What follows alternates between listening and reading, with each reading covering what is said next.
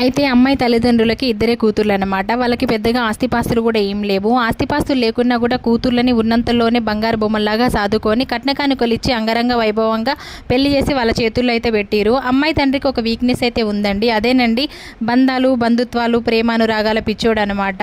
అవతలి వాడు శత్రువైనా సరే వాడిని పిలుచుకొని ఇంట్లో కూర్చోబెట్టుకొని అన్నం పెట్టి పంపించే రకం అనమాట.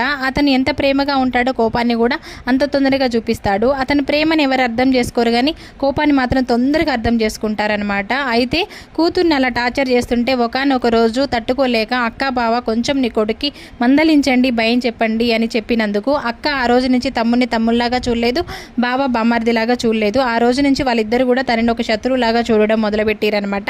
ఈ ఎపిసోడ్ కంటిన్యూ చేద్దామని మీరు చెప్తే నేను రోజు ఒక ఎపిసోడ్ లాగా కంటిన్యూ చేస్తానండి. ఈ ఎపిసోడ్ ద్వారా కొన్ని మూర్ఖపు బంధాలు, మూర్ఖపు అత్తలు ఉంటారు చూడండి, వాళ్ళని మార్చే ప్రయత్నం కూడా చేయొచ్చని నా చిన్న ఈ ఆలోచన.